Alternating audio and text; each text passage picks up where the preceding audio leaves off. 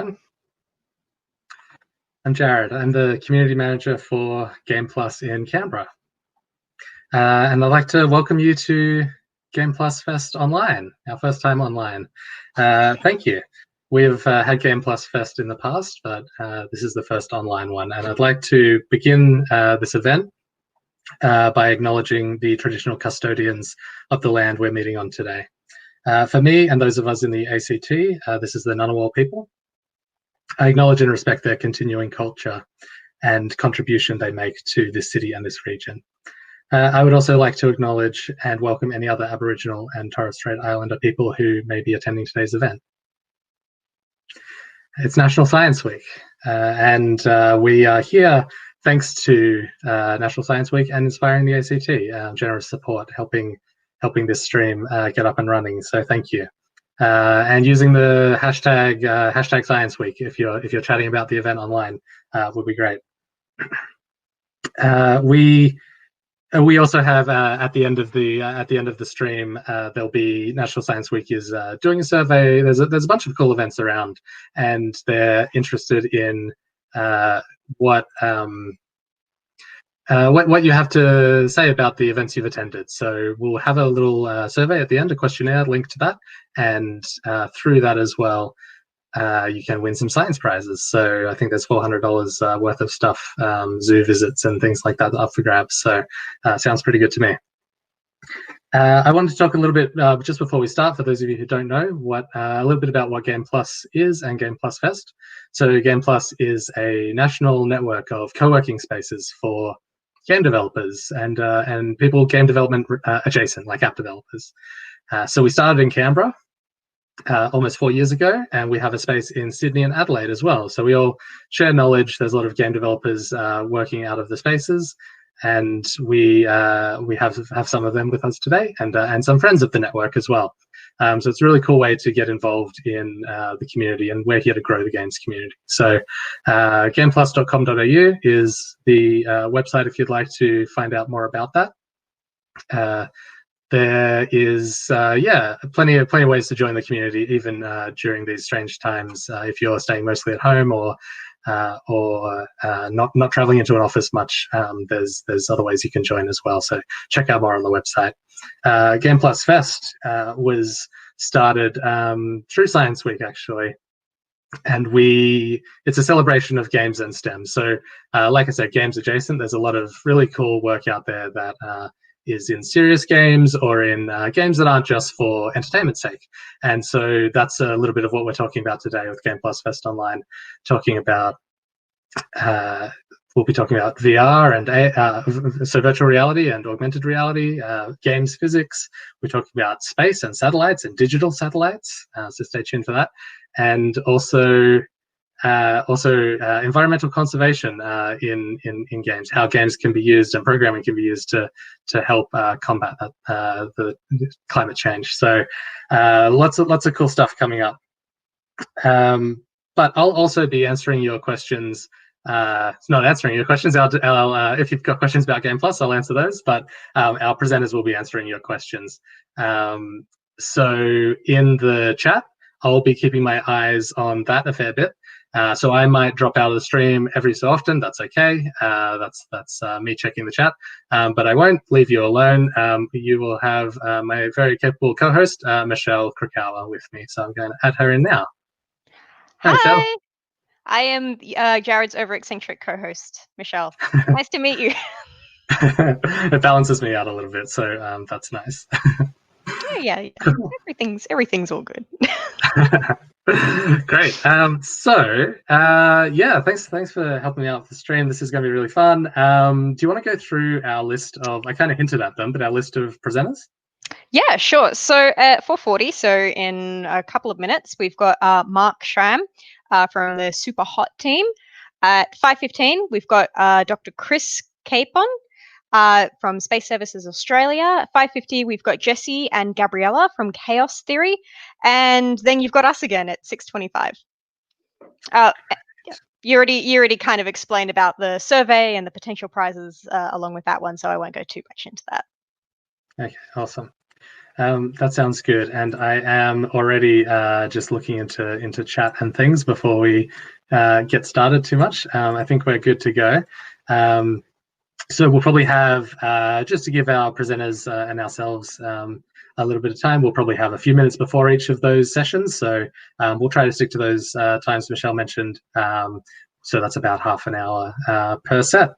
So we've got Mark online backstage. Mark, give me a thumbs up if you're ready. Hey, that's a thumbs up. Okay, let's introduce Mark. Hi, Mark. Hi, thanks for having me. Yeah, thank you for coming. So let me try. I'm in charge of the layout stuff. That's a bit better. So we've got you listed in our description, I think. VR and AR developer of Gravity Lab, and from the SUPERHOT team. Do you want to expand on that a little bit and tell us a little bit about what work you've been doing? Yeah, so I'm Schraam. I am a developer at SUPERHOT Team, which is the Polish studio behind the games SUPERHOT, SUPERHOT VR, and SUPERHOT Mind Control Delete. And in my spare time, I also work on my own games. So I've been in the VR, AR space for about 7 years now. I've done titles for the Oculus Rift, for the HTC Vive, the Gear VR, and sort of everything in between. Awesome. I can see behind you a little museum of VR headsets. It almost looks like a museum, but I almost use every single one of them at least once a week to test stuff and develop on. But yeah, that's pretty much many of the headsets that have sort of accumulated over the past few years. Because you always need to test your games and make sure they run on everything. There might be people that have, or app developers or game developers that have multiple phones lying around. These are my multiple phones. These are all the different headsets that are sort of currently in circulation and available. Oh, okay. How is it developing for so many different headsets? It's interesting. Go on, sorry. Oh yeah, no. I think the biggest difference is that there are some headsets that are 6 degrees of freedom, and some of them are 3 degrees of freedom, and that means degrees of freedom of movement. With a 6 headset, you can actually walk around the room, and you've got some of them have hand controllers, or most of them have hand controllers. Where some of the other headsets only have 3 degrees of freedom, which means you can only sort of look around, but not exactly walk through the room. So there's different feature sets, and VR has come a long way since sort of the early days of, if people maybe remember the Oculus Rift DK1, like 4 or 5 years ago, to where we are right now with the Oculus Quest. Okay, cool. That's yeah, that's interesting. Speaking of the degrees of movement, is it? Yeah, it's called degrees of freedom, and they sort of talk about degrees of movement. So you've got the 3 degrees sort of pitch, yaw, roll and yaw. And then you've got forward, backward, left, right, and up and down, which is heave, sway, and I forgot the last one. But yeah, so essentially that's essentially about to say that you can move around the room, pick up things with hand controllers, and sort of be more active inside that world that you're in, other than just looking around, which some of the mobile headsets are and some of the very early headsets were. Okay, cool. Speaking of that, then moving around a room, I've played a fair bit of Gravity Lab, and I think I've got a trailer here. So let me, for people who haven't seen a lot of VR, let me put this one on, and we'll have a chat about that as well. Just bear with me for just a minute.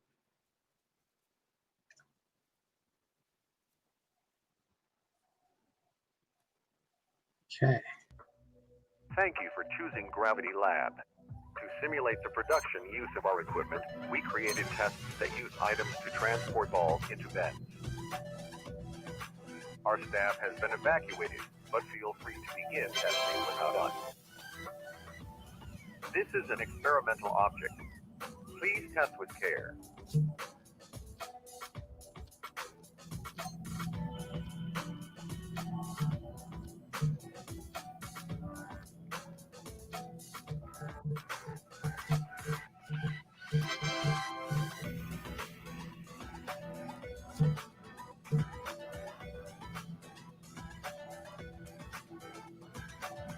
As you anything scenario is broken. Pay no attention to what you are seeing and return to the reception. It is vital that you do not proceed. Okay. Yeah, so this is the latest game I've been working on in my own time. Well, I've been working on this game for, well, probably more than 6 years by now. Not necessarily full-time most of the time, but yeah, just in my free time. And this game is coming out on the Oculus Quest, which is this headset here. And as you can see, this headset doesn't have a cable coming out because it's fully standalone, a full standalone device where everything is sort of built in. So you don't need a PC. It's probably the closest VR has come to a dedicated game console in a long time. That is actually of a really good quality. Wow. And yeah, Gravity Lab has been out for desktop VR headsets for a long time, and is finally coming to this headset. Wow, that's really cool. What was the inspiration behind Gravity Lab? I think the biggest thing I've seen in VR is that there's a lot of shooters, a lot of really fast-paced games, and that's great. But I personally really enjoy slower-paced games, puzzle games, and there aren't really that many games like that on the market. So I just decided I'm just gonna roll my own. Wow, that's really cool. Can you tell us a little bit about how you went, like obviously with a shooter game or something, everything's kind of a bit straight and all that. But guess I'm referring to the physics of Gravity Lab. How did you kind of go about that compared to maybe a game that would just be completely flat, if that makes sense? So did you have to make it from scratch? Did the tools already have some realistic physics for you to use with all of that? So Gravity Lab is done in Unity, and Unity physics is actually quite alright, at least for what I'm doing in the game. There are some specific things where I needed a per object physics calculation, which Unity doesn't provide, at least it didn't back then. So there are custom physics scripts that apply physics to each object. But all the physics are sort of the built-in engine ones, and then slightly tweaked to make this work in the game. I think in VR, like physics is great in any game, and we've seen that with, I think, one of the earliest games to do it like really well was Half-Life 2. And whenever there's like really cool physics in a game, it's quite fun. So I thought, well, maybe make a game out of that. So I did a really, really early half-hour prototype where you had just objects flying around and little objects that can sort of shoot them like a cannon. And once I did that prototype, I probably spent 3-4 hours just playing around in that little sandbox I created. And that's kind of when I knew that, oh, this is really interesting in VR, and I haven't seen anything like that in VR before that. Wow, that's really cool. So in like, I guess what makes this like a really interesting game to you? Like what did you really enjoy working on in this particular project? Figuring out the puzzles was actually quite interesting, because when you solve any puzzle game, you always have to have that moment in the puzzle game where the solution becomes clear to you. But when you make a puzzle game, you have to think that in reverse. Like you have to think about what a player would be knowing at that specific moment in terms of the tool set, in terms of the world, and how they would apply that knowledge to solve the puzzle that you're creating. So sometimes it's really interesting making a puzzle, and then while building the puzzle forward, you also have to then think backward of how a player would solve it. And then with any physics stuff, the most fun and interesting things happen when the physics just do things that you don't quite expect. So in the game itself, you have to transport items from point A to point B. It's set in a fictional universe where there's a company called Gravity Lab that has a little testing facility on the moon where they can test their appliances that transport objects from point A to point B. And they're doing it on the moon because it's not quite regulated on Earth, and it's quite dangerous, or maybe a little bit dangerous. So they're doing it on the moon far away from other people. So you have these objects that transform physics in a wacky way. Like they can invert physics and objects fall upwards, or they can make them completely weightless and motionless. And if you combine them into big chain reaction of sorts. Some really interesting things can happen, and they're quite fun. And then sometimes you use that fun, unexpected stuff actually as a game mechanic or a puzzle mechanic. So I think that was one of the most fun things to build the levels around, like having this weird physics, almost like a physics glitch that then turns almost into a feature. Oh, that's really cool. Was there a particular puzzle that you really liked creating in this game? There was one puzzle that was interesting where you need to transport balls upwards, but you don't have any advanced items. You only have a little board that applies a little bit of physics, a little bit of forward momentum to a ball.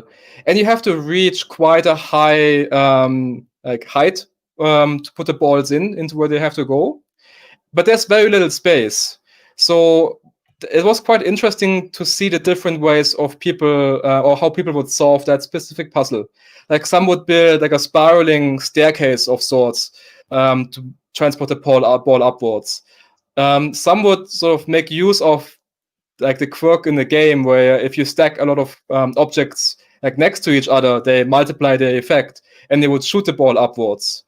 One person would build almost like kind of an elevator that sort of pinches the ball in between two plates so it can't fall down, and it would just move upwards and upwards and upwards. So I think that puzzle was really fun because there's so many different ways of solving it, and there were so many ways people solved the puzzle that I didn't even expect them to necessarily do or even be possible. I think I played that level and found very interesting. Like it I think shows you how how people go about thinking, approaching the level is very different. Does that flow back into, like, how much does that flow back into the game when you're playtesting and find people having these, I guess, solutions you didn't think of? How does that affect the development of the game?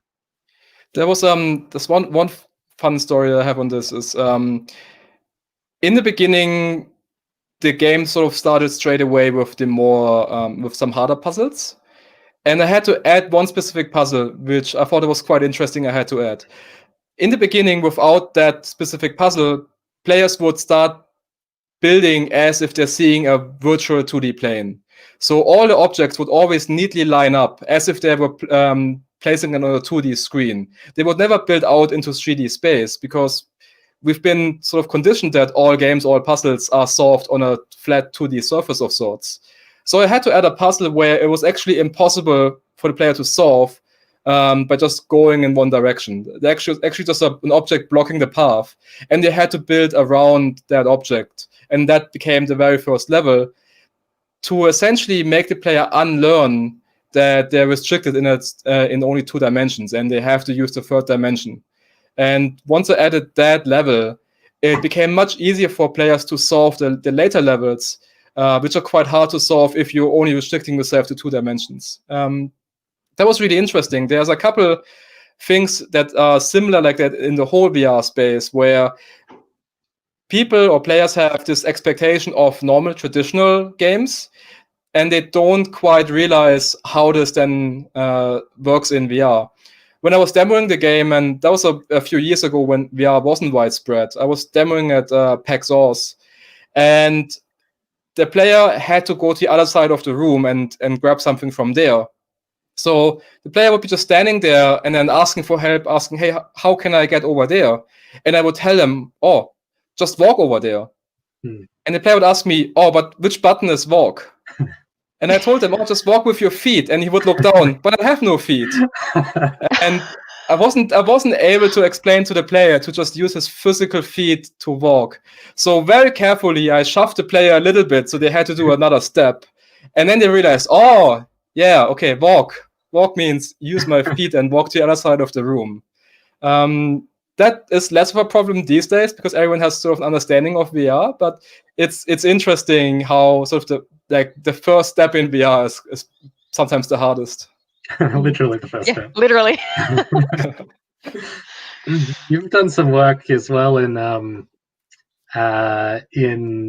around people understanding people who have motion sickness and things like that, implementing VR in the correct way with that. Can you tell us a little bit about that? I think the biggest misconception that there is in VR is that VR will make you motion sick. And that is mainly on us early developers who couple of years ago did like the most horrible things to people, put them in roller coasters, put them in headsets that were not great in terms of the tracking or the resolution or the refresh rate and all of sort of the technical stuff, but we also put them in the worst possible applications. So the many of the first impressions people had of VR were things that made them sick, and now they never want to try it again. And while it's true that to an extent some people can train away their motion sickness, I think as a developer it's really important that you keep those players who can't get rid of their motion sickness in mind. So for example, I've been in VR for 7 years, and I think I get more motion sick these days than 7 years ago. And when I play games, I play them with sort of the safe locomotion options of teleporting and no artificial movement and all of that stuff. And that's great, but it's always great to give players the options as well. So if you ever tried VR and it made you motion sick, it's probably not VR, it's probably the developer that made you motion sick. Yeah, and like you say, these days, if it was a little while ago you tried it or you tried it very briefly, it's come a long way. Yeah, technology always gets better. Higher refresh rate helps, higher resolution panels help. They're also more comfortable, so you don't have like that pressure on your head. All of that stuff makes like for really good VR experiences, and the headsets are only getting better and better and better. What do you think are the biggest improvements that headsets have made over the past 4 or 5 years in VR? I think the biggest improvement is that we have now headsets where like you don't have a cable, and you have headsets where you can actually walk across the room, and you have hand track controllers like these. So you've got your hands in VR, you got your you can walk around and have that at a really high quality. And quality here means like high precision, very fast response rate, and then sort of being comfortable. Other factors like the field of view and the resolution of the headsets are great, but I think the biggest advancement is that there's now a VR system at a good price range that allows sort of the full experience of VR. Being in the world, interacting with it, that's a lot more tangible, and it's a lot more fun than sort of being just a head on a stick looking around. Do you think? Well, we know it's true, but that has a lot of practical implications for like education and other industries other than games, right? Yeah, I mean, obviously you have VR as a great tool for gaming, but especially in these weird times, I've seen videos of people using Half-Life Alyx, a VR game set in the Half-Life universe, to teach their class. I think it was in Poland where a teacher used Half-Life Alyx, and it has a little whiteboard feature to have his math class in VR and just stream it out to the students, I reckon, or maybe record it. But having that as something that's more engaging to students than, let's say, if you would draw on an iPad or something. And obviously, you've got VR in sort of the business sector, where it's a great training tool. Visualization. You've always seen news about VR used in medicine and rehabilitation, and all of that stuff. I think VR has just become just another medium, and I've seen less and less of those news articles. Oh, VR has found a new use case. So I think everyone now has accepted that VR is here, and VR has makes sense for some things, and maybe doesn't make sense for others. But it has become less newsworthy, I reckon, and I think that's a good thing. The whiteboard example as well is interesting, because if you were just, there are applications online where you can draw on them, but in VR you can then be pointing at different parts of what you're using. Like a whiteboard seems fairly simple, but I've seen that video you're mentioning, and yeah, being able to point like you would in the rest of your life as well. Yeah, and on that, I think some teachers are even using Gravity Lab to teach their physics class. I'm not obviously not all of it, but I think once in a while, some of the teachers are using it to showcase mechanics in the game and in physics. There was recently a teacher who asked me if I could implement specific features into Gravity Lab, which would help it or which make it easier for him to teach his class. And then I've added them as well. And there's also an education version of the game available. So if any teacher wants to use the game and thinks it would help them in their class, just please send me an email and I get you a version of the game. All right, that's awesome. That's really that's great of you, and it's also really cool to hear that your game is being used in literally in classrooms. It's great. Yeah, definitely a way to kind of keep, especially younger students, engaged. I remember high school, I did not like physics, just because it was very much pen and paper, and there wasn't any way to, I guess, visually represent what's going on in a way that made sense, to people like me that just couldn't get their head around it. So I think it's great that it is such a strong educational tool in that regard. Do you think that there is room for growth within that educational field as far as using VR in classrooms? So we've mentioned in physics classes. What about things like, I guess, simulating a chemistry lab or something? So mixing certain chemicals together, maybe not the smartest thing in a classroom, but simulating that same thing and what you do in VR or something like that, or mechanics, or other areas like that, even art, for example. I know that tilt brush is something that's used, and creating art and submitting a final project that is VR artwork. Do you think there's, I guess, more room for growth within that educational field? Oh yeah, totally. I think VR is a great way to visualize some concepts that are really hard to grasp on, as you said, like pen and paper and stuff. So just being able to maybe look at an atom or something, and if there was a simulation where they mix together and do the chemical reactions, and look at that sort of at a microscopic level, or and have that sort of visualized in 3D around you. That might be really powerful. There is this very popular video of an augmented reality chemistry thing. I don't know by who it is, but essentially they have little cards. They symbolize different molecules, and you combine them together, and then they do a chemical reaction and they combine. So you got H2O, and you need to put two H together and one O together, and it turns into a water droplet in AR. And I think stuff like this is I would have loved stuff like this as a kid, and I think it would have made chemistry class a lot more fun and probably more memorable for me as someone trying to learn it. Yeah, it'd be a great study tool at home, just to be able to see it visually. And you also used a much better example than what I was talking about. I'm glad you were able to understand my ramblings a little bit.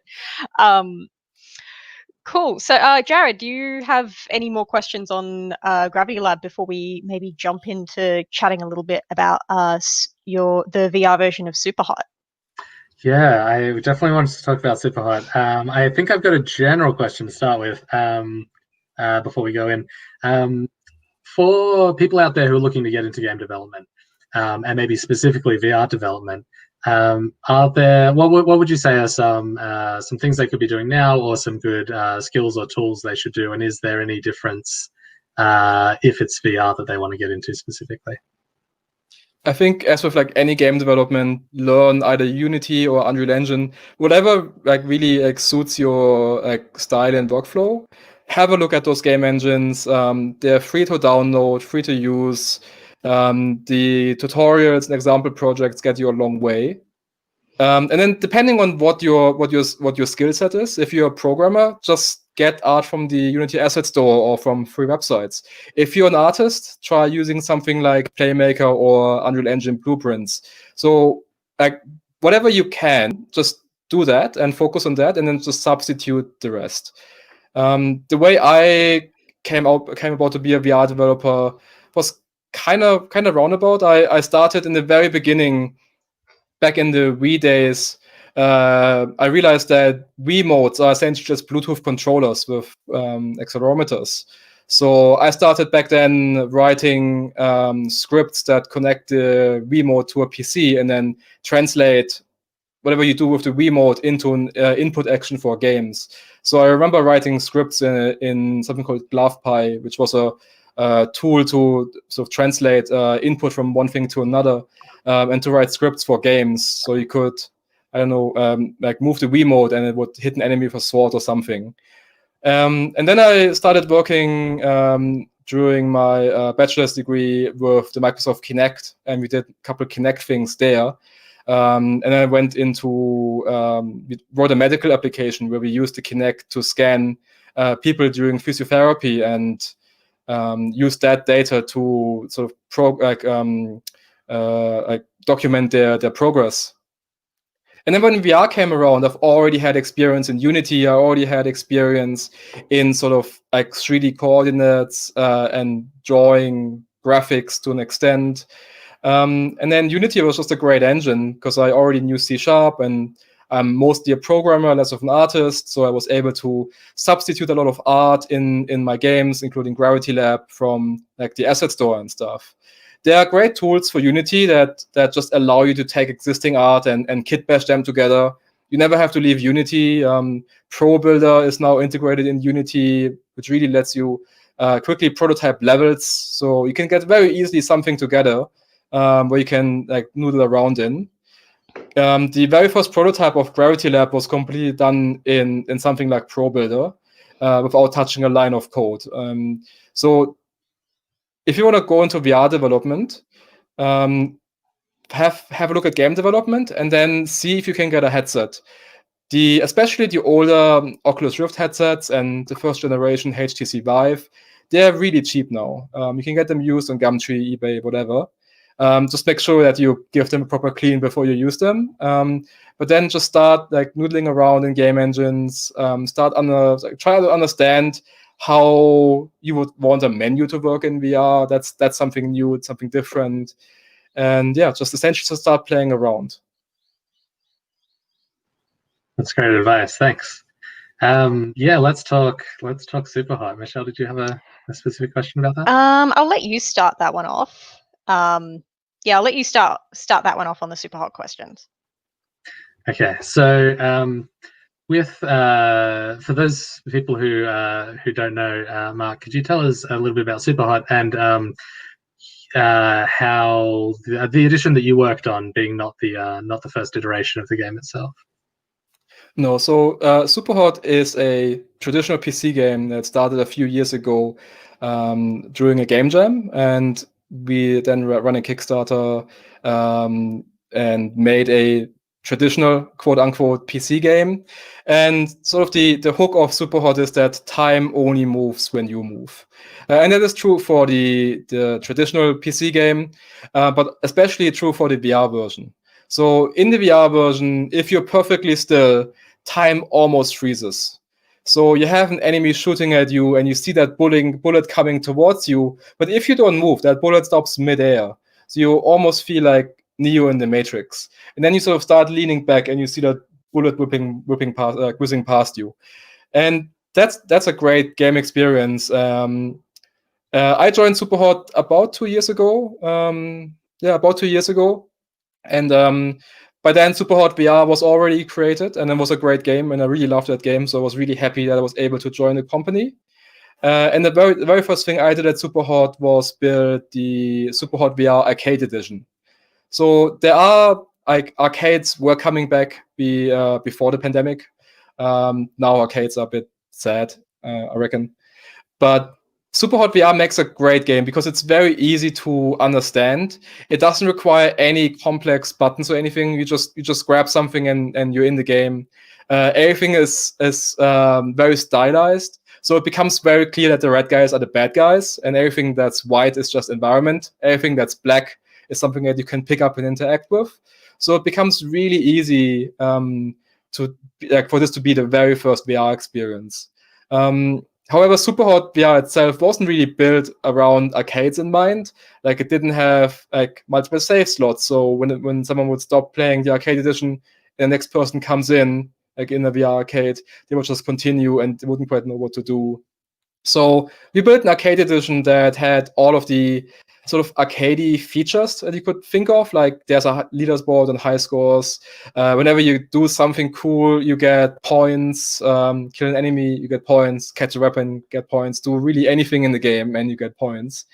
And sort of have something that is very easy for people to demo, and for arcade to demo, and something that's really easy for people that have never played VR and just come in and just want to have half an hour, 15 minutes of fun just to pick up and play. And I think this is really important for VR, because if there's something that requires like a long intro process, this might like scare people off on top of all the other things required for VR.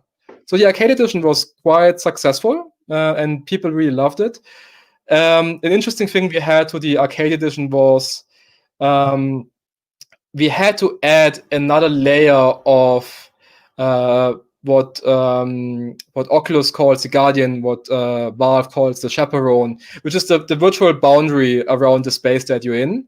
In SUPERHOT, if you're really, really in the flow, you kind of forget that you're inside the game. And especially VR arcades have big flat screen TVs right next to the play space to show other customers what the person is playing. So we had to add a system where if you really get close to the edges of your play space, we quite aggressively tell the player that, hey, don't go any further.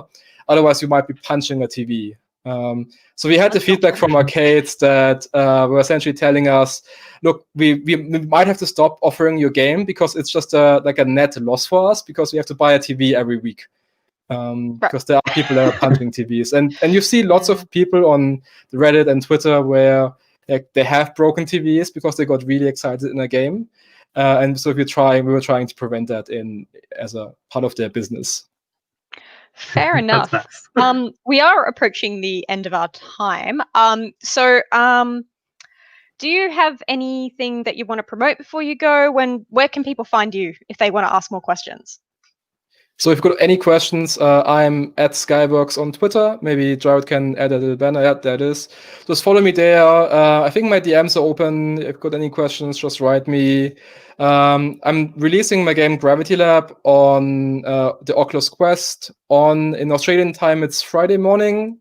SUPERHOT also released SUPERHOT Mind Control Delete, which is an expansion of the very first game. So it's a traditional PC and console game. Go check that out. It's great. Check out VR. If you haven't tried VR, go find someone who has it. Try it out.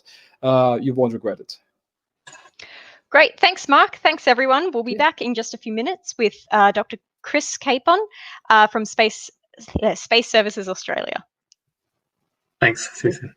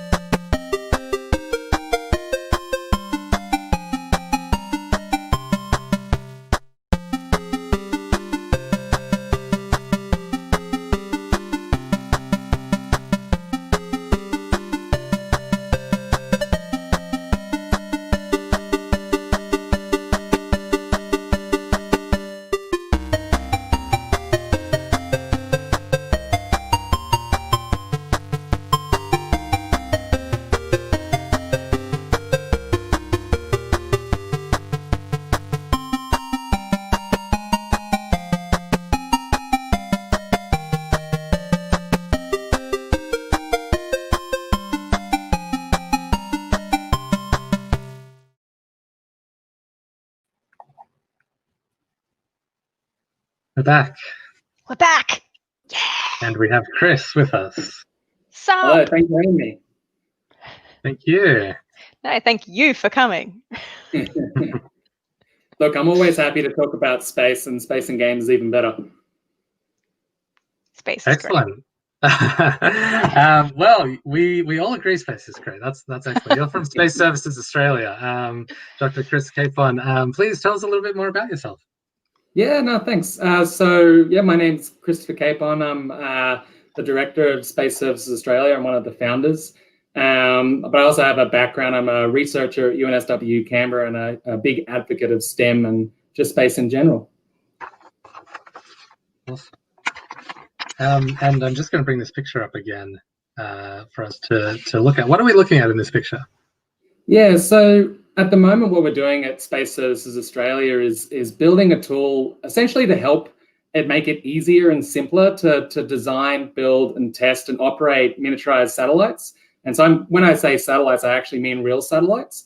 And they're probably the ones that you're hearing about in the media at the moment. So these satellites are about the size of a loaf of bread, but like your smartphone, they're really packed with sensors and processors that let them do really amazing things. And that's one of the reasons why we're hearing about space these days, because it's cheaper to get things into orbit because they're smaller, but you can do more things with them and you have more than one. So you can do things you could never do before. The problem, though, is that space is really hard to do, and the reliability of these satellites is just not good enough at the moment. And you can look at some of the stats for that. So there's been about 1,000 of these satellites launched so far. 10% have been dead on arrival, and 50% roughly have experienced some sort of issue once they've been on orbit. And so my co-founder and I, Brenton Smith, sort of were thinking, well, what can we do to try and help stop those or improve the reliability of these miniaturized satellites and help reduce the amount of debris that actually goes into orbit by helping people make sure that they work on the ground. And so that's what our simulations platform does. And sort of what we realized is when we were making it that the way that big space does it, so if you build $1 billion spacecraft, you can afford to make a simulation of a spacecraft and have a full team to do it. But when you have one of these small spacecraft, you can't justify having a full team dedicated to it. So we thought we'd take lessons from the games industry, actually, from the likes of Kerbal Space Program, and make a tool that lets satellite providers or providers of parts create digital twins of their components and create a shop front so that people can take those digital components and rapidly build complex and realistic sort of spacecraft simulations, test out their software and algorithms, see what a sensor might look like, and really sort of make it easier to do space. Yeah. That's Yeah, super cool. Like making space more accessible to everybody else is really interesting. I think I should add there that it's not just about scientists and engineers. One of our goals is to make it so that students, whether you're in school or whether you're in university, can also create these realistic spacecraft and come up with solutions for what are you going to do with the spacecraft? Because one of the really amazing things that these spacecraft are letting people do is solve real-world challenges. For example, could we have made a space system that would have helped detect bushfires earlier so that we avoided having the fires grow to the scale that they did this year? We can solve those sort of challenges with these systems. And that's really the goal, to make it easy to do that. Cool. So tell us what specifically you do at Space Services Australia. Yeah. I have too many meetings. I answer too many emails. So one of the things that I do is help, I guess, pull together the team and I guess create some of that direction. So myself and my co-founder, our background, about 5 years ago, we started as researchers at UNSW Canberra. And through that experience, we actually have been involved with the design, build, and operation of 3 in-orbit spacecraft. And that's sort of where we realized that there are these issues in the industry, that space is really hard to do and that we want to make it easier. And so we thought, well, let's take some of the research that we do. So what we do is make simulations of spacecraft. I simulate how spacecraft interact with the environment and all those little subcomponents and how they interact with each other. And what Brenton does is he's, I would say, the expert in Australia on formation flying of these sort of spacecraft. And so he's thought, okay, let's take those skills that we've got and turn them into something that's useful. And then, the rest is sort of history, or history in the making. So just to bring this a little bit back to game, so you are using tools like Unreal Engine. So how did you come to use that as part of this whole process? Yeah, so it turns out that making pretty things and UIs is really difficult. I've got a background as an engineer and a researcher, so I'm quite happy programming. But what I'm not so good at is making those UIs that makes the simulations that we can do actually usable. And so one of the things that first attracted us to Unreal Engine, so that's what we're using to make this platform, was the visual scripting interface, actually. Not so much because we were looking to use the visual scripting interface to make our platform, but it was more the kernel of an idea on how space simulation could be in the future. Instead of having thousands of lines of code, what if you could take those blocks in the visual scripting engine, and one is a particular part of a spacecraft, you can link them together and have these really complex block diagrams of real spacecraft simulations. That's really what attracted us to Unreal Engine, because that's actually how we design real spacecraft. You create a block diagram of all the different components and how they link together. And so we thought, well, let's make that a functional block diagram. Cool. Jared, do you have any questions? I feel like I'm taking over it. That's fine. Tell us more about digital twins. Now, we've had a couple of conversations about this, but I'll be honest. Do those digital twins, do they have the screws and the bolts and everything? Are they identical one-to-one models, or are they simulating the purpose of the satellite? Tell us how those work. So, I mean, a digital twin at the moment is a name in the industry for a simulation that links up with sensor data from a thing. So you can kind of think of a digital twin as a simulation that links to an Internet of Things sort of system. Now, you could make that, all the nuts and bolts, but that's not really what we do. What we're really focused on is simulating your sensors, simulating your reaction system and your flight computer, all the stuff that provides the functionality for the spacecraft. Now, saying that, all of those bits have models associated with them, which could have, your nuts and bolts included. It could have your wiring in there. But that sort of level of detail is really something where, your CAD tools really sort of come in. Where we come in is the simulation of the functional simulation. So linking in, say you get this digital twin simulation, it's all your subsystems and your parts. What you can then do with that is link it up to your flight software. So, okay, you can test to see whether the algorithms you've designed to control your spacecraft to point it in a certain direction are actually going to work. And in fact, I've got a story to go with this, because the first time I was operating a spacecraft, first day on the job, our lead engineer and our lead operator were on a plane, and they said, "Don't worry, Chris, it'll be easy. You just have to get up at 5 a.m. and come into work and downlink the data." And I thought the hard bit would be the getting up at 5 a.m., which it was. But they told me it's fine as long as this one number doesn't come up in the data packet. And I was like, okay, well, what do you know? First day on the job, that one number comes up. The satellite's in emergency mode, and I have to figure out with very little information what's going wrong. And in fact, what we've done is we've turned the spacecraft to face its solar cells away from the sun.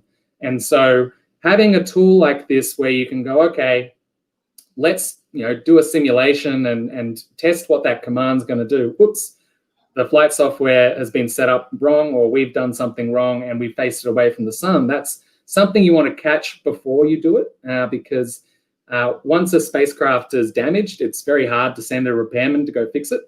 And so, yeah, that's sort of one of the things that we do with digital twins. You're still on mute, Jared, I think. Jared, you're on mute. Thank you. The call-out fee on that repairman would be horrendous. So I'm glad you let me unmute myself to tell you that joke. The Go back on mute. Go back on. No. that way of trialing stuff before it's in a real-world scenario is one of the massive benefits, I guess, of simulation. And like you were saying. You're not needing to model every single aspect, like the nuts and bolts. You're not needing to do all of that. Does this saves a lot of time and money? Yeah, go on. Yeah, so it has a number of different uses and different sort of stages within a project. So if you're designing a spacecraft, so when you're coming up with that initial design, how are you actually going to achieve what you want to do? It's really important to have simulations because, well, you don't have the real parts. You don't even know necessarily what you need. And so figuring out what the stats effectively of your spacecraft are, how much power do I need? What's the ability of it needs to point? How much thrust do I need? What orbit should it be in? That's really important. But once you've gone from that stage and you say, okay, this is great, this is going to solve X problem, how do you go from translating that from an idea to something that's actually in orbit? And so you have to start buying bits of hardware. But while you're buying the bits of hardware, it's really hard on the ground to do the testing to see whether the spacecraft's going to operate the way you expect in space. And that's where you start to link in the hardware so that the hardware is starting to make decisions based on what the simulation is doing to get things as realistic as possible. A good example is actually self-driving cars. So these days, you wouldn't give a self-driving car algorithm control of a real car to learn on because it would just run straight into a wall. What you would do is make a simulation of that car and give the algorithm control over that simulation and let it run into a wall 100,000 times in order for it to figure out that's probably not a good idea. Now, that's the sort of thing as well that we're doing with spacecraft, which hasn't actually been done before. I think you'd be surprised. The level of automation in the space industry is actually remarkably low. And that's in part a heritage thing. If you have a multi-billion-dollar spacecraft, you probably want a human in the loop making a decision. But as we move to these constellations of small satellites, you can't have a person making a decision every time the spacecraft wants to do something. It just doesn't work. Yeah. Yeah, that's really interesting. The implications, sort of, the more you start thinking about them, the more benefits there are. And then a lot of that. And, Sorry, continue. I mean, we're talking about games here as well. I mean, one of the things that we want to do is also, gamify what we're talking about. One question that I get asked doing a lot of the STEM stuff that I do is, how can I get into the space industry? And so we want to create almost a games platform where, we can put up industry challenges for designing a spacecraft or an algorithm and create that environment where, excited young people can log on and come up with these ideas, get on the top of the leaderboard, and, companies like Space Services Australia or others around the world can say, hey, that person has a solution to what we want to do. Let's go hire them. Or better yet, I'd actually love to see, people starting their own companies. The space agency, the Australian Space Agency, has set a goal of growing the space industry in Australia by 20,000 jobs by 2030. How are we going to get there if, your viewers, A, can, get involved in the space industry, but B, they can come up with their own ideas on how they can affect change and do cool things with space. Not so much a question, but CJ said galactic gamification, which is a pretty cool frontier, I think. I think you need to change the name from Space Services Australia to that. So the name Space Services Australia actually started as a little bit of a joke because both the work that Brenton and I do is in a field called space situational awareness. It's about being able to really accurately predict where objects are in space in order to make sure that you don't accidentally have a collision. And we started this as part of CSIRO's ON program. That's sort of where we came up with the idea for what we're doing now. And we sort of thought, oh, Space Services Australia, like Air Services Australia, will be the space traffic management service for Australia in the future. Well, the name stuck. It's actually, we liked the name, and so that's where we ended up. Yeah, but naming things is actually really hard, it turns out.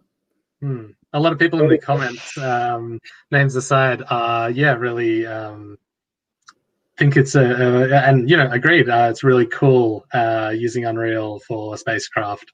It's such a different way of doing things, and so much could be done. Yeah, and so again, one of another reason for using Unreal from our mind was the platform that we're creating. We really want to make it so that other people can contribute and add to it. So you could be someone who's actually building real satellite parts, and you provide those as simulation components for someone else who's building a real satellite. That's great. But on top of that, there should also be, the ability for people to come up with things that maybe don't even exist at the moment. What if you had a thruster that could do this, and then plug it into the simulations to just see what you could do? And maybe that would be enough inspiration for you or someone else to say, hey, we should try and make something that does that, because if we do, we could do all these other great things. Similarly, it's not just about parts, it's also about algorithms. You could come up with a cool way to process Earth observation data. You can share that. That's the idea. Really, we want to make it easier, as I said, we want to make space simpler and easier to do, because it should be. Cool. That leads really well into the next question I have. So what other space industries do you see as an opportunity with game developers? Yeah, so I would actually say, well, let me backtrack. I love game developers. And the reason for that is because based on my experience, they've got a fantastic mix of software, artistry, and user experience design. That's stuff that I don't necessarily have as an engineer researcher person. But it's really important because at the moment, we're drowning in data. The amount of data that we generate every day, not just in the space industry, but just in general, is pun not intended, but now it's going to be one, astronomical. Data, frankly, isn't very useful. What's useful is information and the knowledge you get from that. And so what you need is people with that sort of unique skill set that lets you turn that data into information to come along and present that data in a way that people can make useful decisions with it. And so I would say that, and one thing that I've sort of noticed going through this journey is that game developers, I think, have an option to, a broader option than just games for simulations, or I kind of call it digital engineering, which is making simulations of things that connect up to those IoT systems that are generating all that data to turn those IoT systems into something that someone can actually make a useful decision with. But if I were to give to specific examples for space, Earth observation, I mentioned that fire detection tool. There's a tool at the moment called Digital Earth Australia. Geoscience Australia went around and got all of the Landsat and Sentinel data and put it together, so you can go back in time for 50 odd years through remote sensing data from satellites right at the moment. So you can log in and play with it. Taking something like that and getting the data and turning it into something that has some of those analytics, that could be a great tool. But there's also the back end for those space businesses out there as well. How am I operating the spacecraft and how do I do it better? There's scope for tools there as well. And education. Let's not forget that space games are cool as well, and we should also be making really cool space games that also help teach useful things. So, for example, we're at the moment looking at putting together an educational game on satellite collision avoidance that I'm currently calling the satellite operator's dilemma. It's sort of modeled off the prisoner's dilemma problem, and it's about whether people would make a decision to move their satellite or not, because it's going to be an important problem in the industry in the future. Yeah. Now, I think we had a little chat about this recently. I want to go a little bit more into that, just to sort of with some of the implications. Why would moving a satellite be so important? So why would moving a satellite be important? Yeah, or the reason you're making this game, I guess, for people who haven't had their minds on the actual like nitty-gritty of satellites, I guess. So let's keep it simple. Let's think of 3 different classes of things in orbit. You've got debris, which are things that are either left over from either leftover satellites. I know there's actually a spatula floating around that an astronaut dropped from the ISS, which is a fun little fact. And then you've also got your miniature satellites. So these are your smaller sort of satellites, but there'll be lots of them because generally what happens is when you build one, you don't build one, you build 100. So there's a really great company out there called Planet Labs. And what Planet Labs does is they image the globe every day with about 180 spacecraft. Then you've also got the likes of SpaceX, who are looking to put in again, astronomical number of satellites into orbit to provide internet to everyone on the globe. Then on top of that, you've got the big spacecraft. The big spacecraft are your satellites the size of a car towards a bus, worth multiple billions of dollars. Now, if you own one of those billion-dollar spacecrafts and you get a collision warning, so space is big, but in low Earth orbit anyway, it's getting more and more crowded. And so if you have a multi-billion-dollar spacecraft and you have a collision warning, you're probably going to move. Whereas if you've got a smaller spacecraft, the cost-benefit ratio of moving may not be the same. And so what the game is looking to explore is whether the cost-benefit ratio there is actually going to mean that people who have these multi-billion-dollar spacecraft, the really big ones, aren't going to be able to operate in low Earth orbit in the future, based on data that we want to get generated by people playing the game. Yeah, fascinating. And then generating that data through the game too. That's really cool. Michelle, did you have any questions at the moment? I'm really curious as to what a typical day looks like for you. Yeah. Oh, look, at the moment, a typical day of mine probably is not one that would inspire people to do what I do. At the moment, it's a lot of meetings and a lot of emails. So I have three essential jobs at the moment. I'm a researcher at UNSW Canberra. I'm running or building Space Services Australia, and I'm also the co-chair of a space-themed STEM park that we're putting together next year for the 43rd Committee on Space Research, which we're hosting in Sydney. So if you want to learn more about that, I should give a link somewhere. I'll figure that out. Yeah, give Jared a link. He will put it on the screen. And so I actually quite enjoy doing my programming as well, and so I try and sneak that in. But yeah, there is some exciting news in the pipeline for Space Services Australia, but it involves many meetings to get sorted out. So hopefully we'll have some announcements soon, and then I can get on with making some cool stuff. But we've also got an amazing team who's putting together some really cool things too. A little bit more on that. For people, we were chatting with Mark about how people might get into the games industry. How do you get into the space industry? This I want to know. Yeah. So I sort of fell into it by accident. So I started my PhD at UQ with Professor Russell Boyce doing scramjets. And then a year into that, Russell got the opportunity to move down here to UNSW Canberra to start a space group. So that was about 5 to 6 years ago. There were 4 of us when we moved down, and now there's 35 plus people, and I can't believe where I ended up. So my path is not necessarily the one that I can say follow. But what I would say is that you've got more opportunity at the moment than I did back then in terms of getting into the space industry. As I sort of said earlier, the Australian Space Agency has a mandate to grow the number of jobs in the Australian space industry, and the global space industry is also undergoing a sort of a step shift because of these small satellites. There's more and more startups popping up all over the place, whether they're building spacecraft or they're supporting spacecraft development like we do at Space Services Australia.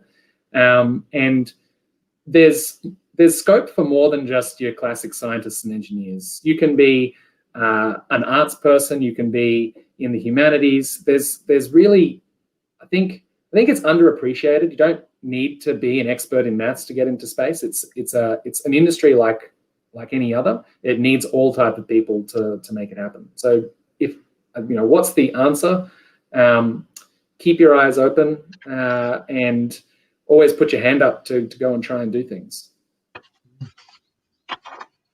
Excellent. I wanted to ask. Oh, sorry. Go on. I was going to say, so something else that we're doing at Space Services Australia is we're looking to start an initiative that we're calling Space Innovation Lab. And the idea for this is to put the tool that we're developing at the center of it, and then bring in students, bring in organizations and startups and provide some of the guidance and support to come up with these ideas that we've been talking about, and create some of those pathways. But I can't say, we haven't done that yet. So again, watch this space. If somebody wanted to actually, I guess this is kind of like going off Jared's question. What would you say are essential skills for anyone that wanted to, I guess, go into space? Not into like, I guess, in space industry, like as the whole thing. I wanted to go into space too. I wanted to be an astronaut as a kid, but I'm colorblind, so it turns out that I can't. So I came up too short. Well, so I decided back then that I would build spacecraft instead, and I would make them colorblind friendly so that I could go to space. So I'm working on it. What skills do you need? Look, having an understanding of orbital mechanics is definitely going to be useful. So that means a little bit of physics, but you don't need a super in-depth understanding. And I mean, this is what I would say, and this is part of the thing that we're trying to do. There need to be more tools out there that make it simpler to do the really complex things that you're saying it's rocket science. We need to make it easier. It shouldn't be as hard as it is. And so, programming skills are going to be really useful no matter what industry you're going into these days. Appreciation, understanding of some maths, understanding of some physics, those will all be helpful. But we also need people who have an idea about business. How do you actually make a viable space business that solves a real world problem? That's really important too. And so I think the real magic happens when you pay attention to things that are happening outside of particular industry or cross-industry developments. And then you bring those, two different things from different industries together, and that's when you come up with something that's really, really valuable.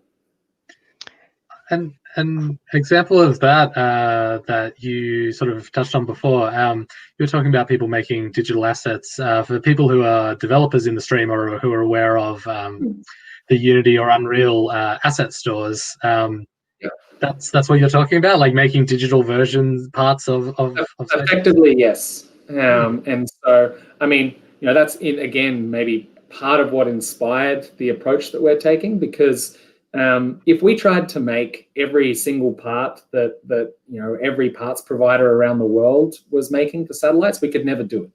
And so that's why we realized what we needed to do was create a marketplace approach where companies could come in and make those digital parts of their systems and put them on the marketplace. But they don't have the skills to do that.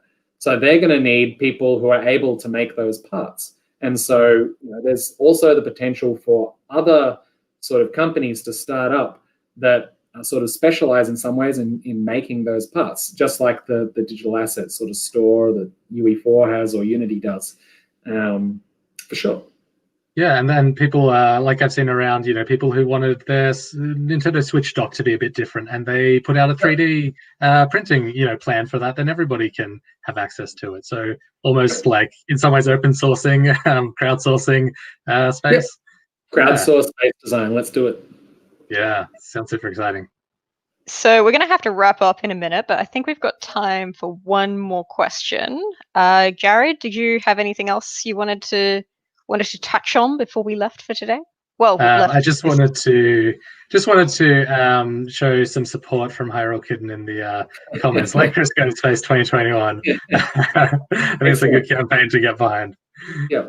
Yeah, we're going to do a whole campaign for it. Like, get you in space, man. Let's Don't start worry. a GoFundMe or something. GoFundMe. We'll get Jared in a cheerleader outfit. It'll be great.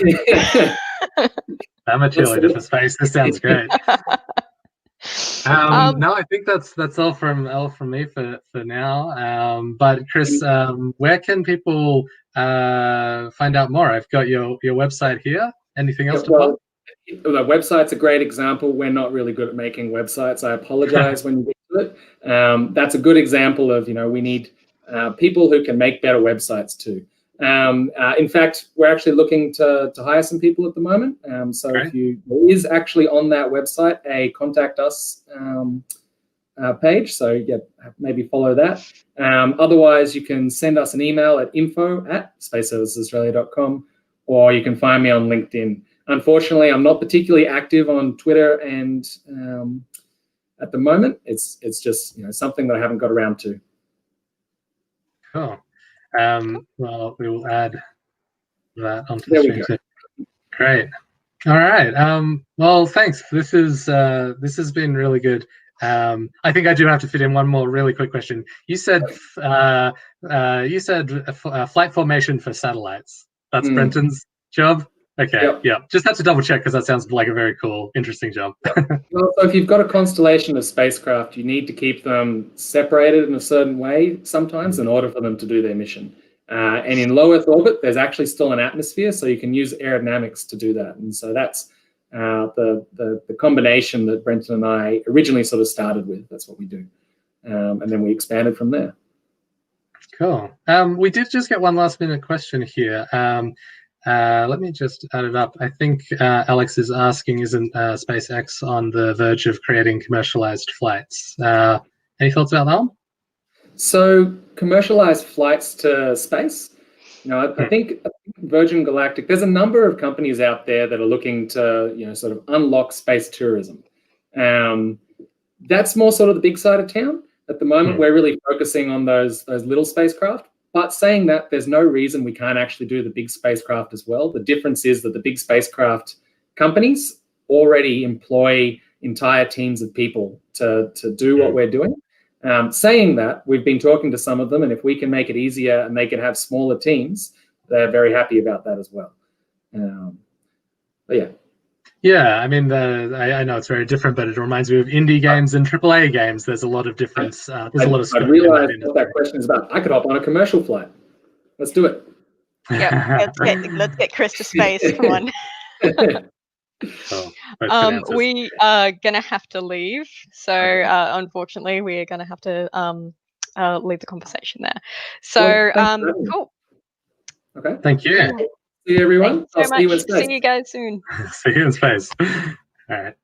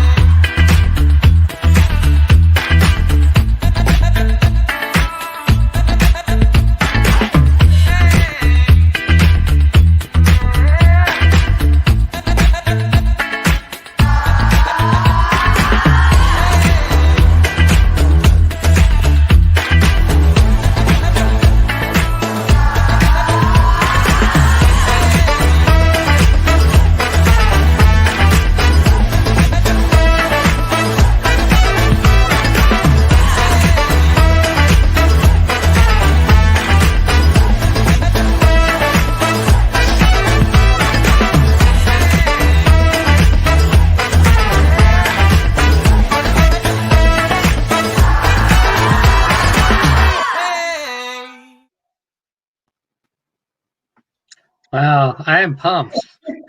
Yeah, that soundtrack got me going. I was like, Yeah.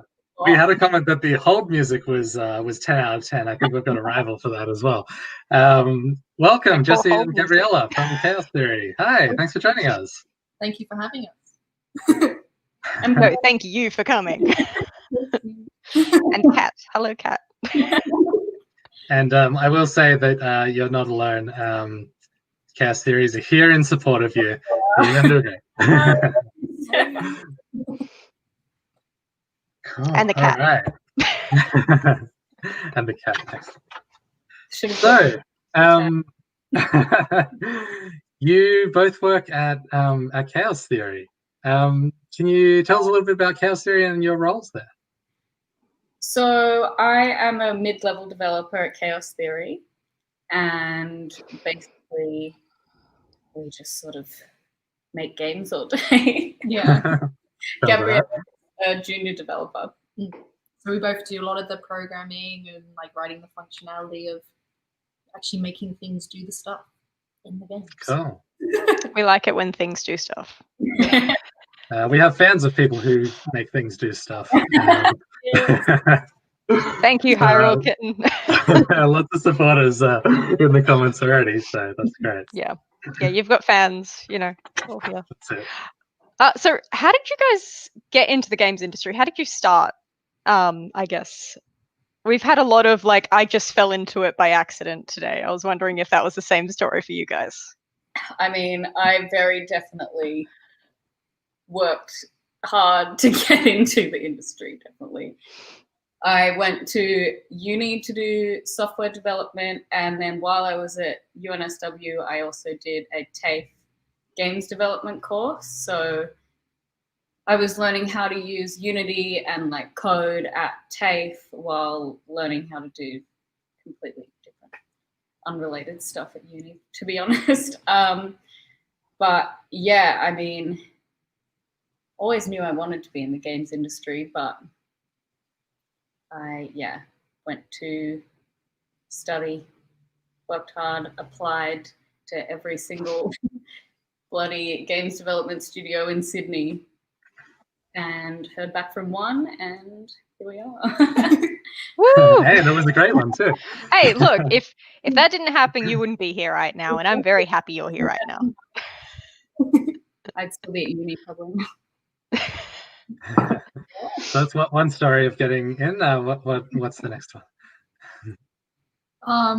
Well, I sort of did the same. It was more that I never thought that a career in the games industry was sort of feasible or possible.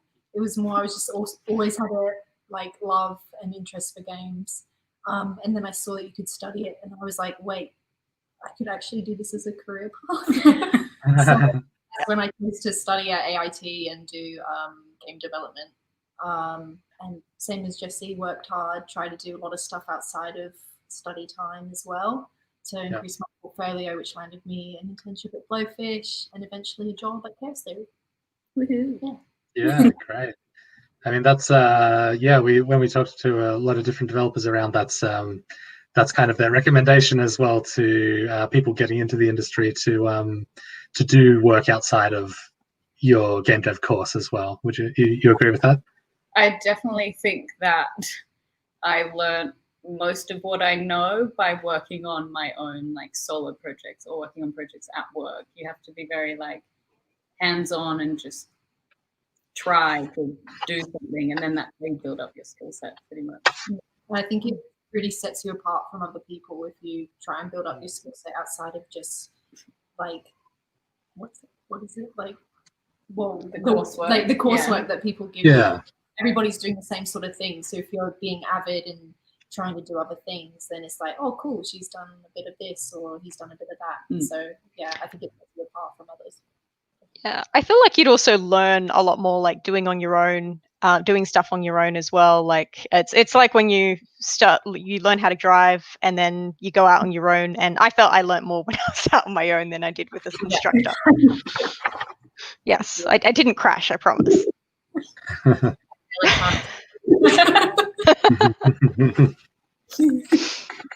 So tell us a little bit more about your roles in the day-to-day. Like what does a typical day look like for you guys?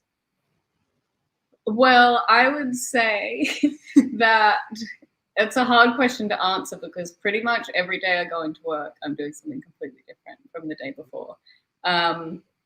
Like to make a whole game, you have to start with the idea and then break that idea down into like small, tiny little tasks that would take like hours, days to complete, that sort of thing. So I think that today I was working on making a new screen for an app that we're making and making more of like a system for movement, stuff like that. Yeah, but day to day, what else do you think we do? I don't know, like you say, it's also different. It also depends like what projects are due that week and what tasks are more higher priority than others. I'd say something we do more consistently is like code reviews.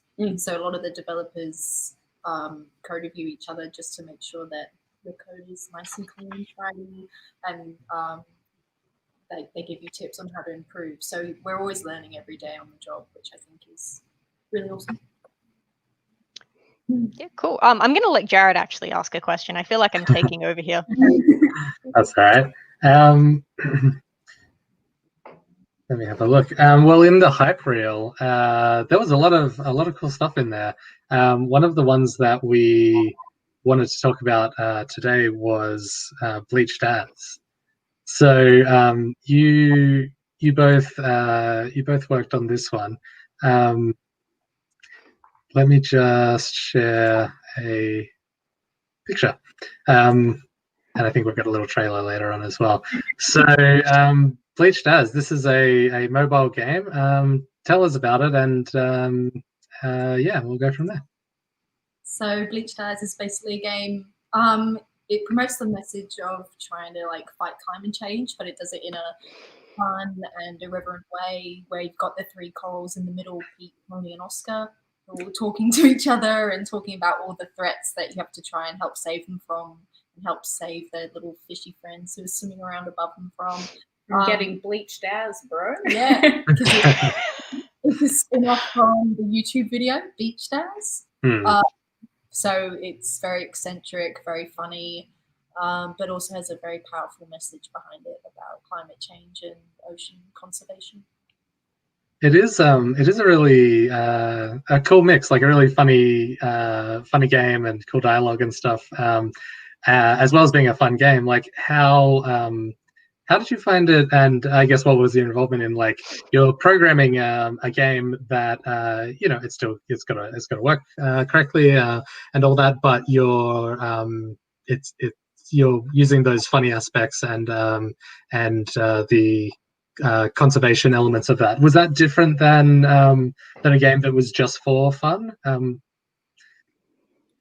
I feel like a lot of the climate change sort of message came from the dialogue that they provided for us. Sure. So we basically got sent like a 4-hour-long clip of the guys.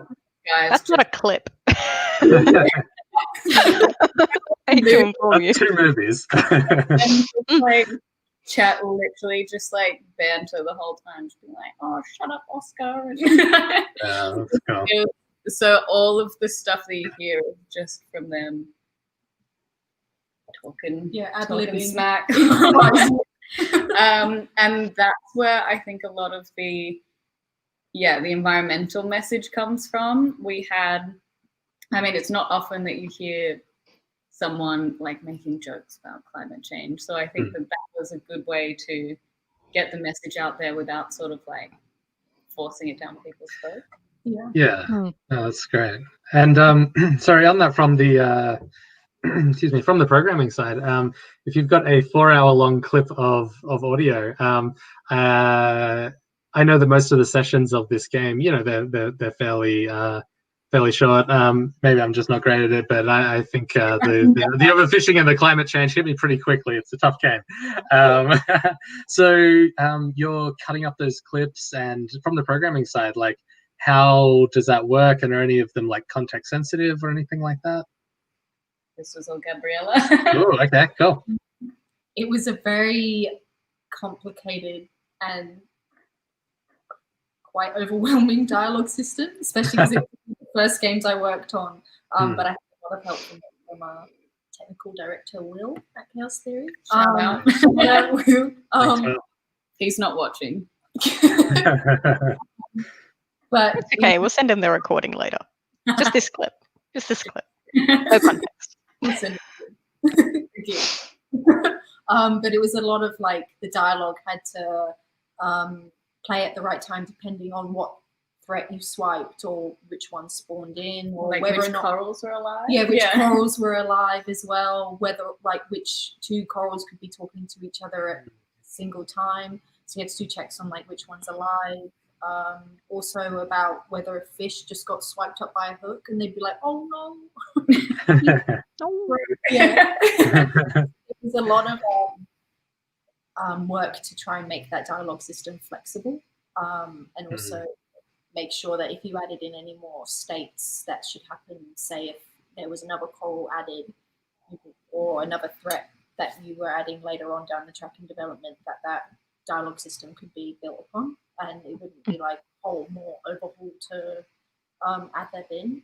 So it was definitely complicated, but it was good, and I feel like it never got old as well whilst I was developing and programming the game. Like because I'd always there's so much content.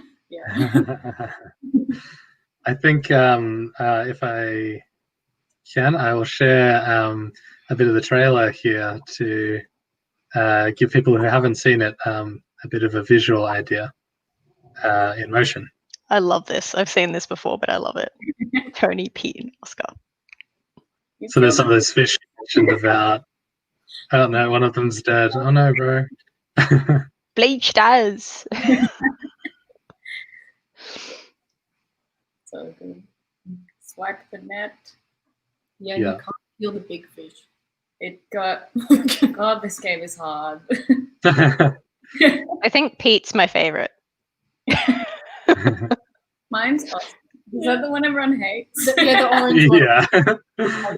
He always does everything wrong because he's the coral that's trying to say all of the facts that actually are factual, try and actually teach you something, and the other corals are like, "Oh, Oscar, shut up! Stop trying to, be educational." I'm trying to be educational. Yeah, what are we talking about? Games aren't supposed to be educational. They are.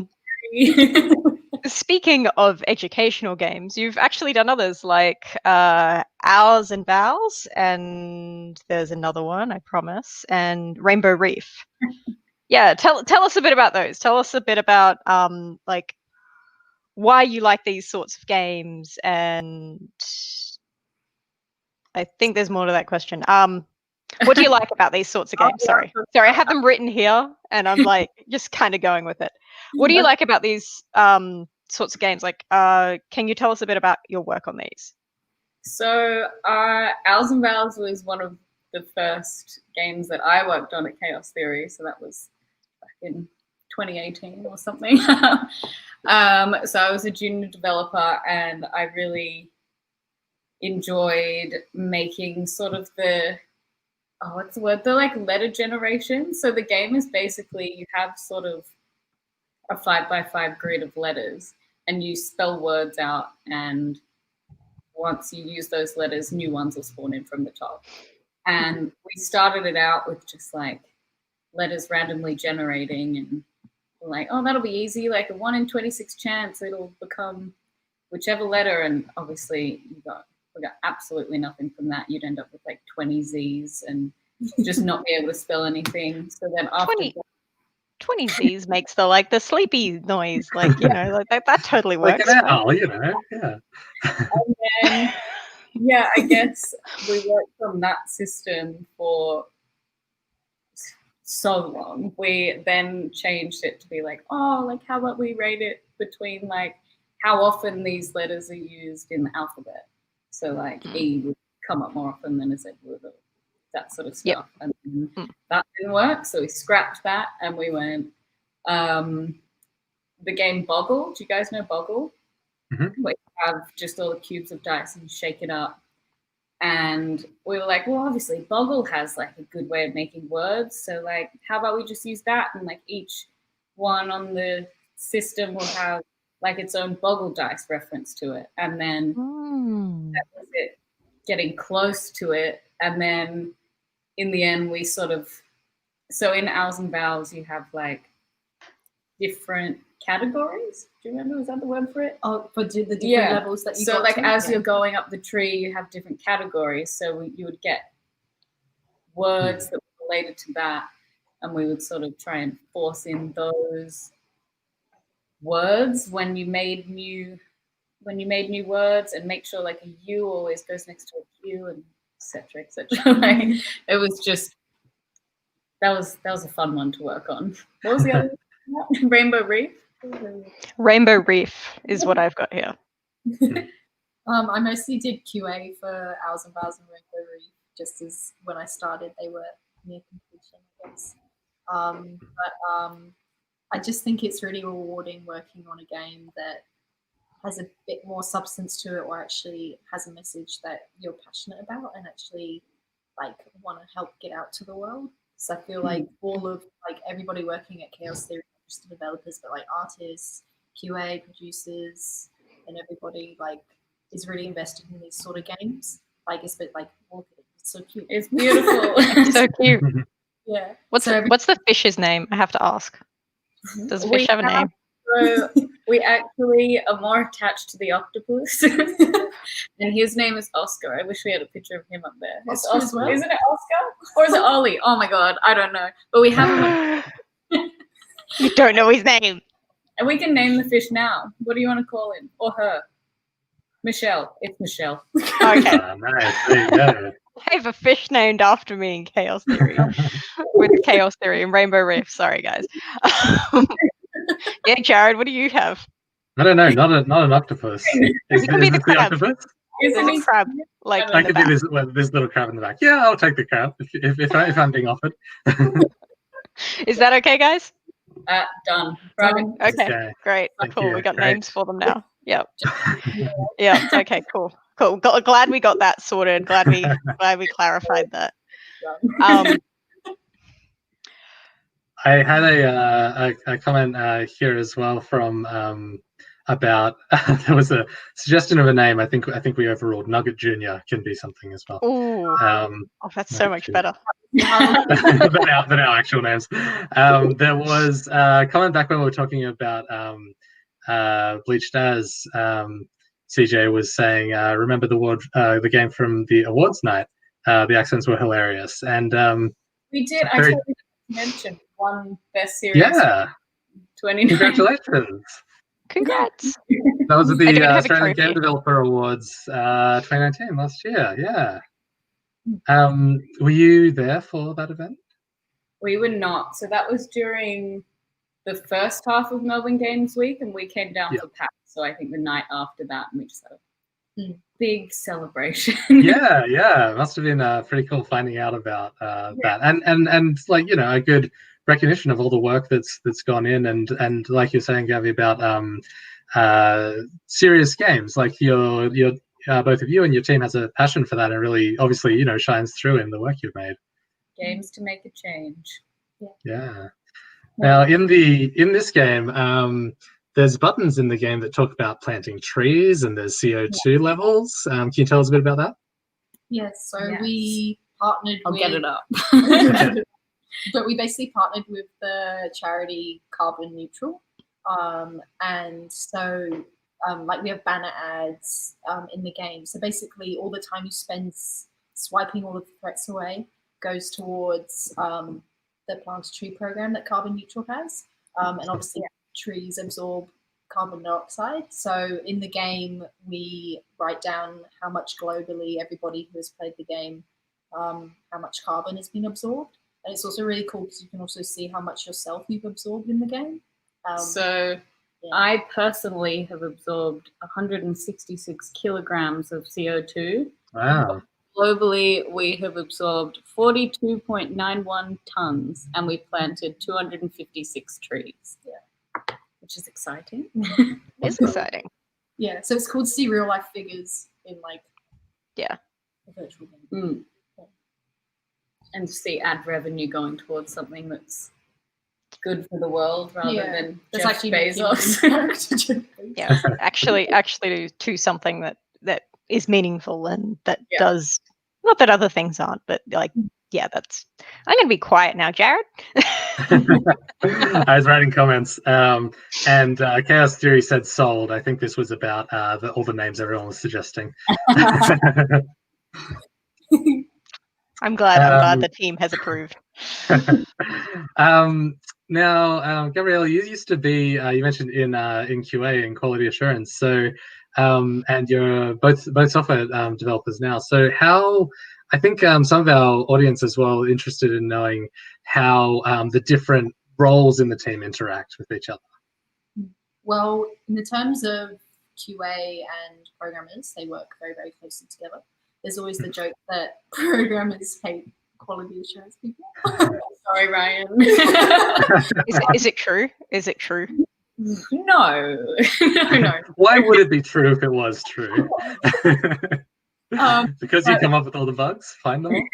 Well, like QA's mission is to like literally break the game or find the bugs that are in the game. But I feel like QA is also, other than finding all the bugs, they're also responsible for trying to find ways that the game can be improved upon, like current implementations and systems that are in the game, like trying to find a way that they can make the user experience a bit more easy, make it feel better. Yeah, make it feel better, especially with like you were saying earlier today, you were implementing moving controls, like while they're playing it being like, I think this can be a bit better, say if it can turn a bit faster, or if the trail can follow the player's finger and stuff. So I think QA is a very, very important role, especially for making sure that issues don't get passed through to public. So public, yeah, it was the embarrassment. Yeah. And, I'd rather not have that. and for people who are like, oh, sweet. I mean, I think you explained a lot of it just then, but oh, sweet. I love playing games all day. I'll get a job that is that. It's not that. Yeah. I mean, you're playing the same game every day, but it's like the same one little section over and over and over again to make it break, and like trying to do this one specific press a button and while swiping in the other side of the screen and see what happens. Yeah. I mean, you have to have a lot of attention to detail and I think also just be, I don't know, you have to like as well have the knowledge to be able to be like, oh, this is actually intended functionality. This isn't an issue as well. Even if you might not agree with it, it might be like, well, this is the way the game is meant to be designed. So, especially like the early days of the game, you have to like put aside like half of this game doesn't work, but this is the part I'm focusing on. Yeah, very important role. That's cool. And Jesse, from your side of things, I mean, you're both software developers, but from your side of things, when QA is coming to you, or you're bouncing stuff back, anything else to add to that conversation? I mean, I guess I think QA is the people that programmers work most closely with, because we'll get given one thing, like say, I don't know, make the person move from side to side, and then be like, oh, that's done, and then you'll give it to QA, and they'll go, oh, but if I click like the up button, it breaks everything, and you're like, oh, okay, like give it back. So there's a lot of back and forth between QA and programming that I think is very important. Cool. So I'm going to jump in with questions now. It's my time, Jared. What have been your favorite projects to work on so far? So completely changing the topic now. I think that Bleached As was a lot of fun to work on, just because it was something that, I mean, I remember watching that video as a kid and like showing it to my mom, be like, Mom, how funny is this? Like, so that was really exciting to be able to work on something that, you know, a lot of other people know about. I think another couple of games that we've worked on more recently, like Sneaker Art and Blendy, were so much fun to work on, just because we put a lot of time and effort into those games, and then watching them like become really successful was a lot of fun. Like Blendy was #1 in the US and Sneaker Art was #5, and there've been like millions of downloads, and just like sending out something that we made. Like, you're a proud gaming mama. Like, does that sound about right? Be free. Yes, be free, my child. Yeah, so those were a lot of fun. Yeah. Like, that sounds, yeah. Like, obviously, with any games, you also have challenges that you come across when you're creating and everything. Like, do you have any that have really challenged you as far as in your careers with chaos theory? Like, any challenges that you've come across that are like, okay, I don't know how to get here, or is there anything that really excites you as well? Like, both ends of the spectrum. I feel like in every game that we make, there's something that we're like, how the hell are we going to make this work? Like, there's definitely a lot of work that goes on between like the artist and the programmer. There's some things that I'll talk to one of our artists and be like, oh, I'm going to put this thing in, like, we'll be discussing it, and they'll be like, oh, it'd be so easy if we just like do this one little thing. Whereas if I was doing it on the programming side, it would take me like days, and vice versa. Yeah, I mean, I feel like every single project has its challenges, and just like talking as a team, like we have a lot of development meetings and like technical architecture and stuff like that to make sure that the way we're going to implement things is the right way, and it's not like a big mess, a big pile of trash. Like, but yeah, how about you? Can you think of anything specific? Yeah, well, I think definitely a big challenge is making sure that, well, like you say, having these technical meetings so that when you're implementing stuff at the time, if we then go and add more stuff to the game, it's a very flexible system so that you can easily weave things into the game rather than having to completely overhaul and get rid of it. Yeah, I think that's probably one of the biggest challenges, trying to make sure that you're setting up a game. Yeah, like from the foresight, like to think about the future of like what the game could be instead of like what we want to put in it right now. Yeah. Cool. So we've asked this to our other panelists this afternoon, evening, twilight, I don't know. But if you had to outline like key skills or abilities for somebody that wanted a similar or the same role as you, maybe they'll usurp your role, I don't know. Let's hope not. But if okay, so if you had to give advice to somebody that wanted to get into games, what would it be? I would say having the willingness to always want to learn and always enhance your skills. Like, I think that it's not only essential to show that you've got the initiative to improve your skills, like within your company that you want to work at. And obviously, I think it's really important as well when you're enhancing your skills initially to work on passion projects that you're really passionate about, because I feel like when you have the drive and like you're working on something that you really enjoy, your skills can really shine through. And I think it's also really important from a developer's perspective, to be able to take constructive criticism and be able, because you're working very closely with QA. Not take it personally. Yeah, you're working very closely with people that can just knock things back that you've done, or like just things like, oh, this is wrong. Everything is wrong. It's a pile of trash. Like, you need to start again. Yeah, but you've got to be like, okay, like I can do this. Yeah, I can do this. I can redo this. But yeah, I think touching on what Gabriella said, you've always got to be learning. Like even in our jobs now, we what's it called? The engine that we use keeps updating pretty much, like yearly, half yearly, like so we more than that. So we have to be willing to like go into the new things that they've added to the engine and learn about how to use those new things to be able to bring those skills back into the games that we're making, and not just get stuck in the past on like whatever you were learning at uni, that sort of thing. And just always be on the lookout for new tools and new things that you can use, because people are, like, it's so open source. Everyone's just making new things for everything every day. So I think you definitely have to be okay with just like throwing everything out and starting again and not getting attached to things, and always be learning. That's really good advice. Yeah, very, very good advice.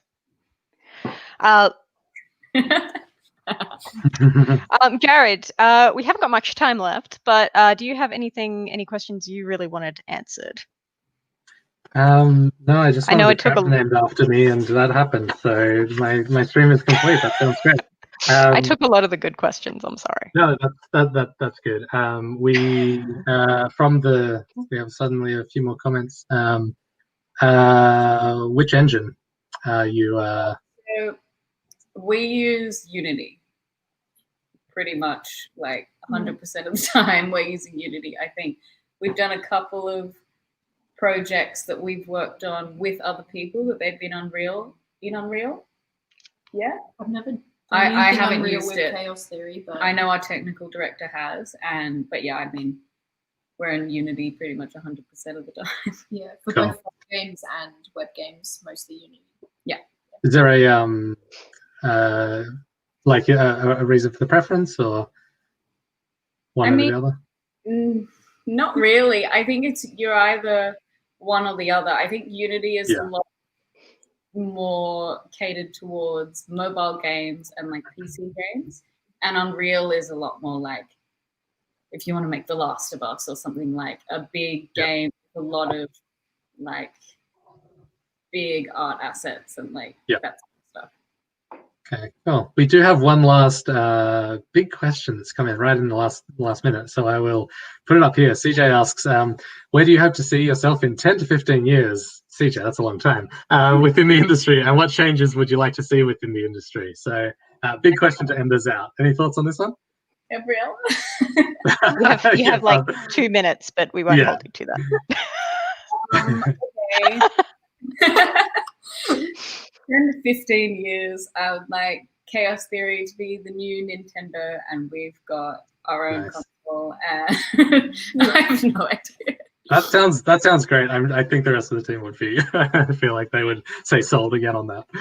Changes in the industry, though, I think a lot of stuff that has come out about the big game, like AAA studios, about crunch time, like all that sort of stuff.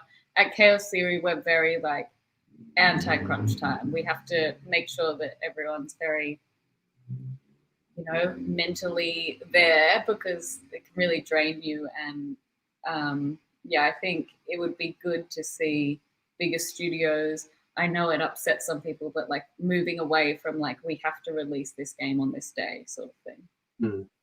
You've got in your office in Game Plus, you've got a plaque up on the wall, sort of a printout that sort of shows the visions and values of the team and that sort of thing. And I think that sort of leads towards that. Do you think? Yeah, definitely very towards just like making games for change and like everyone being happy and like fun in the company. I think. And also like showing diversity in like the game industry as a whole. Like Chaos Theory is pretty much 50-50 men and women. I think Great, we yeah. see like Yeah, 100%. all over the whole.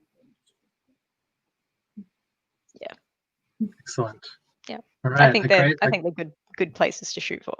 Yeah, For definitely. 10 to 15, yeah. I think definitely the industry could benefit from like having less on the crunch time factor. I've seen how that can affect friends in the AAA game studios, and like I think that approach would be really great to see implemented across more. And obviously more diversity, always better. Always a good thing. Yeah, always a good thing. We will probably, that's a great note to end on. We'll probably have to wrap up. Is there anything you would like to plug? I have this. This is us. Chaos Theory, yeah. So at Chaos Theory _AU and chaostheorygames.com. Anything else? The cat. Where's the cat's Insta? I'll go see the red dot. Yes, okay, please, yes. Mine's asleep over there, but let's please have a cat on the stream. That would be This great. is my baby. Good. His name Aww. is Percy, and he is the biggest bastard I've ever met in my life. Let me do full screen. Oh, look at him. I'm so sorry. No, Sorry, that is okay. I missed- requested this. I missed the name of the cat. Did you say Percy? It's Percy, yeah. Like in There we Harry go. Potter. Oh, It's him. All right. To see less crunch time in the industry. Yes, please. and more cat food. Okay. All right. Thank you so much for joining us. This has been fantastic. And if people want to find out more, they can chat to you guys on your website and Twitter. Thank So you so much for us. This was so fun. Yes, thank you. yeah, thank you. It was fun for us as well. It was really good to have you. Thanks for joining Thank us. you. Thanks for hanging out and putting up with my weird questions. And thanks for bringing Percy. Yes, we very much appreciate that. Hey, and look, I've walked out of here with like a fish named after me, so I'm pretty happy. We're happy. We're happy. Yeah. All right. Thanks. Beautiful. Bye. Bye. Oh All right. right, we're still here. We're aren't we? still here. Yeah, we're still here. We are wrapping up. Don't worry, we'll be done soon. That was really fun. Lots of great presenters. Yeah, I had a good time. Yeah, me too. We had a lot of good comments too. Oh, a bunch more. Oh, we've got a lot of love for the. I'm just going to bring these ones up because they can still see these comments. Lots of love for Percy. Yeah, we love Percy too. Oh, thank There you. we go. And Jesse and Gabriella are cheering in the background. So that's excellent. Woo! Thanks for joining us, everyone. We hope you had a good time. And thanks again to National Science Week for making this possible, and to inspiring the ACT for helping us with this stream. So if you search that hashtag Science Week or head to National Science Week Twitter, there's heaps, and the website, there's heaps of cool events going on still. And if you've enjoyed this stream or you have any other feedback as well, we have a survey that National Science Week has asked us to share. So we've made an easy link for you, gameplus.com.au/Science Week. Give Science Week feedback, win science prizes. There's trips to the zoo, there's science books, all sorts of cool stuff you can win. And it'll really help them make the events in future, like this one, even better for everybody. So thank you. Last up, I think, is that I mean, today we talked about games a lot and things related to games. We chatted to developers, and they're all sharing their knowledge. That's a really big part of what Game Plus as a community is. I mentioned before, we're a national network of co-working spaces for game developers and related people. So if that sounds like something that you'd like to get involved in, or run an event with us, or visit us at our space, we also just say hi. Just say hi. Yeah. We're always interested to hear from you. Gameplus.com.au. There's a contact form there. And if you are interested in joining but can't make it to the physical space, we have a new flexible membership as well, so you can chat with our people including Jesse and Gabriella and all of Chaos Theory across our Adelaide, Sydney, and Canberra spaces. We've got about 300 members chatting on our Discord all the time.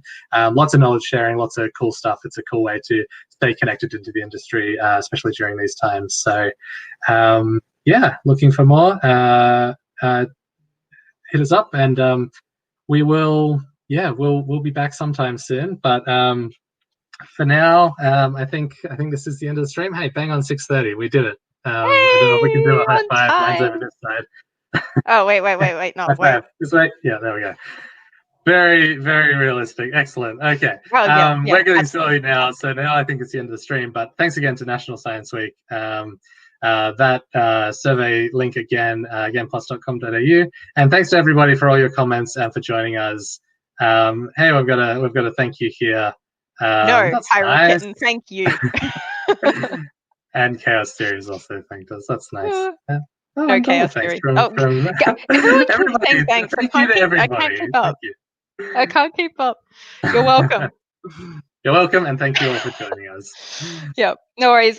We will see you next time. Yes, next time. Yeah, sometime soon. All right. Bye. Thank you. Bye-bye.